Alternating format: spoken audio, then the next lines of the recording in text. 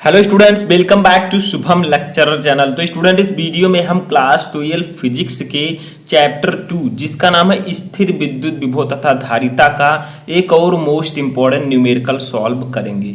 Student, जैसा कि आपको पता है कि क्लास 12 फिजिक्स के चैप्टर 1 2 3 4 तक जो है मैं स्टेप बाय स्टेप आपको न्यूमेरिकल सॉल्व करवा रहा हूं। यानी कि इस समय हम न्यूमेरिकल्स को ज़्यादातर सॉल्व कर रहे हैं। तो देखिए, इस वीडियो में भी हम स्थिर विद्युत विभव तथा धारिता चैप्टर का एक मोस्ट इंपॉर्टेंट न्यूमेरिकल सॉल्व करेंगे। इससे पहले जो न्यूमेरिकल्स मैंने सॉल्व कराए हैं उसका मैंने एक प्लेलिस्ट बनाया है। उस प्लेलिस्ट का लिंक मैं डिस्क्रिप्शन में दे दूंगा, आप जाकर वहां से देख सकते हैं। तो देखिए, सबसे पहले समझिए क्वेश्चन क्या है, न्यूमेरिकल क्या है, पढ़िए पहले अच्छे से। देखिए क्या दिया गया है, 10 पिको फैरड, पीएफ का मतलब पिको फैरड, ठीक है, का एक संधारित्र 50 वोल्ट बैटरी से जुड़ा है। संधारित्र में कितनी स्थिर विद्युत ऊर्जा संचित है। ठीक है, जिसको ये न्यूमेरिकल पता है बहुत अच्छी बात है, जिसको नहीं पता लास्ट तक देखते रहें ताकि कुछ सीखने को आपको मिल जाए। देखिए क्या क्या दिया गया है उसको लिख लीजिए। सबसे पहले न्यूमेरिकल पढ़ने के बाद 10 पिको फैरड दिया गया है, यानी कि ये आपको दी गई है धारिता। तो धारिता को हम डिनोट करते हैं कैपिटल सी से। सी इक्वल टू होता है, दिया गया है आपका 10 पी एफ। ठीक है, अब पिको फैरड में दिया गया है तो इसे हम फैरड में कन्वर्ट कर लेते हैं। तो फैरड में कन्वर्ट करने के लिए आपको 10 की पावर -12 से गुणा करना होगा, तभी आपका फैरड में कन्वर्ट हो जाएगा। ठीक है, विभवांतर हमें दिया गया है 50 वोल्ट, विभव वी इक्वल टू दिया गया है 50 वोल्ट। ठीक है, हमें निकालना क्या है सबसे पहले समझिए। तो हमें निकालना है यू। ठीक है, यू जो है स्थितिज ऊर्जा है, तो हमें विद्युत ऊर्जा निकालनी है तो हमें यू निकालना होगा। ठीक है, तो यू के लिए एक फार्मूला होता है, आज ही याद कर लें टाइम हो तो। वैसे आप लोगों को याद भी होगा कुछ लोगों को, अगर मैंने चैप्टर जो पढ़ाया है full chapter in one video, तब मैंने आपको इसे बताया था। तो यू इक्वल टू होता है 1/2, ठीक है, C V square, 1/2 C V square, यानी कि 1/2 सी वी स्क्वायर। जहाँ यू है ऊर्जा, सी है आपका धारिता, वी है विभवांतर। तो यू इक्वल टू आपका वैल्यूज़ को अब हम पुटअप करेंगे तो 1/2 इंटू सी की वैल्यू हमने बताई है आपको 10 × 10 की पावर -12। यकीन नहीं हो रहा है तो ऊपर देख लीजिए। ठीक है, ये फैरड। और नीचे देखिए अब आपको क्या लिखना है, इंटू वी, वी की वैल्यू है 50 तो इसका स्क्वायर कर देंगे। ठीक है, अब देखिए क्या करेंगे हम, यू इक्वल टू 1/2 ऐसे हो जाएगा, गुणे 10 की पावर 1 यहाँ पर माना जाएगा क्योंकि 10 है। ठीक है, तो 1 जो है प्लस में है और 12 माइनस में है, तो 10 बराबर है नीचे, तो 1 में से 12 में से 1 चला जाएगा तो 10 की पावर -11 बचेगा, क्योंकि 12 बड़ा है तो हमारा माइनस में आंसर आएगा। ठीक है, तो 10 की पावर -11 इंटू 50 का स्क्वायर करेंगे तो 50 × 50 हो जाएगा। ठीक है, समझ में आ रहा है, कोई भी दिक्कत नहीं होनी चाहिए। यू इक्वल टू आपका हो जाएगा अब 1/2 गुणे 50 का 50 से गुणा कीजिए तो 25 यानी कि 2500 आ जाएगा। ठीक है, 2500 × 10 की पावर -11।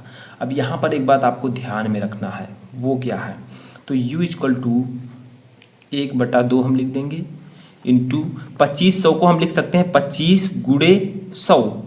ठीक है, 100 लिख सकते हैं, तो 100 को अगर हम स्क्वायर में लिखें तो 10 की पावर 2 लिख सकते हैं, तो इसको हम लिख देंगे 10 की पावर, चलो पहले लिख देते हैं 100। ठीक है, 25 × 100 यानी कि 2500, 10 की पावर -11। ठीक है, मैं बेसिक समझा रहा हूँ आपको बेसिक से, ताकि आपको कोई भी दिक्कत आगे चलकर ना हो। और इसे देखते चलिए कितना आएगा आंसर आपका। यू इक्वल टू आपका आ जाएगा 1/2 गुणे 25 गुणे 10 की पावर 2 हो जाएगा, गुणे 10 की पावर -11। ठीक है, ये मैं बेसिक समझा रहा हूँ, वरना मैं डायरेक्ट भी लिख सकता था। यू इक्वल टू आपका आएगा, जब 25 में आप 2 से भाग देंगे तो 12.5 आएगा। क्यों, क्योंकि 12 दूना 24 1 25 गुणे 10 की पावर 2 में से 11 जाएगा तो 10 की पावर -9। ठीक है, समझ में आया, तो थोड़ी सी गलती हो गई थी। अब देखिए आगे, यू इक्वल टू आपका आ जाएगा, इस दशमलव को हम इधर ले आएंगे तो 1.25 हो जाएगा, गुणे 10 की पावर -9 है, 1 दशमलव हम इधर ले गए तो 10 से गुणा करेंगे तो -8 हो जाएगा। ठीक है, इतना आपका जूल में आएगा। यहाँ पर समझ में आया। देखिए, जब हम एक अंक इधर ले जाएंगे यानी कि 1 के बाद दशमलव लाएंगे तो आपका यहाँ पर क्या होगा, 10 की पावर -9 गुणे 10 हो जाएगा। ठीक है, मैं वो ऐसे समझा रहा हूँ। अब जब इसमें से 1 घटेगा तो 10 की पावर -8 आ जाएगा। तो इस देखिए एक परिपथ है जिसमें 2 यहाँ पर धारिता है। ठीक है, 2 संधारित्र हैं, एक ये। पहले संधारित्र की धारिता है C1, दूसरे का C2। ठीक है, धारिता क्या है, इस चैप्टर का जो स्टूडेंट थ्योरी है वो मैं ऑलरेडी आपको पढ़ा चुका हूँ, 17-18 वीडियो जो होगा तो वो आपको लिंक मैं डिस्क्रिप्शन में दे दूंगा, जाकर देख लीजिएगा, ठीक है। जो इसका थ्योरी है कि धारिता क्या है, समांतर प्लेट संधारित्र की धारिता का निगमन कैसे करें, सब मैंने पढ़ाया है। तो देखिए दो धारिता यहाँ पर लगी हुई है, 5 माइक्रोफैरड, म्यू एफ को माइक्रोफैरड कहते हैं, एक है 10 माइक्रोफैरड का, ठीक है। एक यहाँ पर लगा हुआ है C3 जो कि है 3 माइक्रोफैरड का। अब कहा जा रहा है कि चित्रानुसार संयोजन के समतुल्य संधारित्र की धारिता की गणना कीजिए, संधारित्र की धारिता, ठीक है, की गणना कीजिए। तो देखिए हमें निकालना है इन सभी का एक धारिता, ठीक है, जो एकदम समतुल्य धारिता होगा। तो देखिए क्या क्या दिया हुआ है, पहले उसको लिख लेते हैं। हमारे पास है C1 equal to C2 equal to and दिया गया है C3 इक्वल टू, ठीक है। तो C1 दिया गया है आपका 5 माइक्रोफैरड, C2 आपका दिया गया है 10 माइक्रोफैरड यानी कि 10 माइक्रोफैरड, ठीक है। और ये आपका दिया गया है C3 3 माइक्रोफैरड, तीनों दिए गए हैं, ठीक है। अब देखिए यहां पर एक चीज आपको समझना है, जो 5 माइक्रोफैरड है और 10 माइक्रोफैरड है, देखिए इसकी जो सर्किट है, तार है वो एक ही है, ठीक है, दोनों एक में ही जुड़े हैं। तो ये जो है आपका श्रेणी क्रम में होगा, ठीक है, ये श्रेणी क्रम में होगा, 5 माइक्रोफैरड और 10 माइक्रोफैरड आपका होगा श्रेणी क्रम में। तो यहां पर हम लिखते हैं कि संधारित्र C1, संधारित्र थोड़ा डिस्क्राइब कर देते हैं, C1 व C2 श्रेणी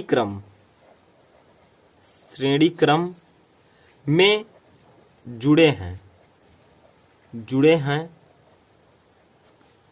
अतः इनकी तुल्य धारिता यानी कि जो इनकी दोनों की जोड़कर अगर हम जो धारिता निकालेंगे तो जो समान श्रेणी क्रम संयोजन में संधारित्र की धारिता का फार्मूला होता है वो क्या होता है, पहले उसको समझ लीजिए। तो इसका जो फार्मूला होता है स्टूडेंट वो होता है 1/C। C क्या है, हम तुल्य धारिता ज्ञात करेंगे, ठीक है, इन दोनों को जोड़कर। तो देखिए इसका formula 1/C equal to 1/C1 plus 1/C2, ठीक है। याद रखिएगा ये फार्मूला, कभी भी नहीं भूलना है, मैं इसको हाईलाइट कर देता हूं, ठीक है। 1/C इक्वल टू तुल्य धारिता बराबर 1/C1 प्लस 1/C2, ये श्रेणी क्रम में संधारित्र का संयोजन है और जिसमें C1 व C2 आपका दिया गया है, ये श्रेणी क्रम में जो है आपके दोनों जुड़े हैं, ठीक है। अब इनको हम सॉल्व करते हैं वैल्यू रखकर। तो 1/C इक्वल टू 1/C1 की वैल्यू है, देखिए ऊपर 5 म्यू एफ, 5 माइक्रोफैरड, और C2 है 10 माइक्रोफैरड। तो यहाँ पर लिख देते हैं 1/5 प्लस 1/10, ठीक है। अब इधर थोड़ा सा सॉल्व कर लेते हैं। तो देखिए 5 और 10 का हमें निकालना है एलसीएम, तो 10 और 5 का एलसीएम आपका आएगा 10, ठीक है। 5 का 2 में गुणा करना, 5 दूनी 10, 2 का नम 2, ठीक है, और प्लस 10 का 10 और 1 यहाँ पर आ जाएगा तो 1 हो जाएगा, ठीक है, समझ में आया। तो फाइनली जो हमारा 1/C आएगा, 1/C इक्वल टू आपका आ जाएगा 3/10, ठीक है। अब बात किया जाए अगर C, तो C को जब आप निकालेंगे तो ये ऊपर जब जाएगा तो ये भी ऊपर जाएगा, पलट जाएगा, ठीक है, या फिर आप कैची गुणा भी कर सकते हैं। तो देखिए इसको हम ऊपर कर देते हैं तो C ऊपर हो गया, तो ये भी ऊपर चला जाएगा, तो यहाँ पर हो जाएगा आपका 10/3। समझ में आया, बहुत ही सिंपल है, या आप कैची गुणा भी कर सकते हैं, 3C बराबर 10, C बराबर 10/3, ठीक है, वही बात होगी। तो देखिए अब क्या करेंगे, इसको हम क्या करेंगे, इसका हम भाग देंगे। तो जब 10 आप 3 से जब डिवाइड करेंगे तो आपका जो आंसर यहाँ पर आएगा, तो 3 का 3 3 9, ठीक है, तो यानी कि 3.33 आ जाएगा, ठीक है। ये क्या आएगा, ये आपका माइक्रोफैरड आएगा।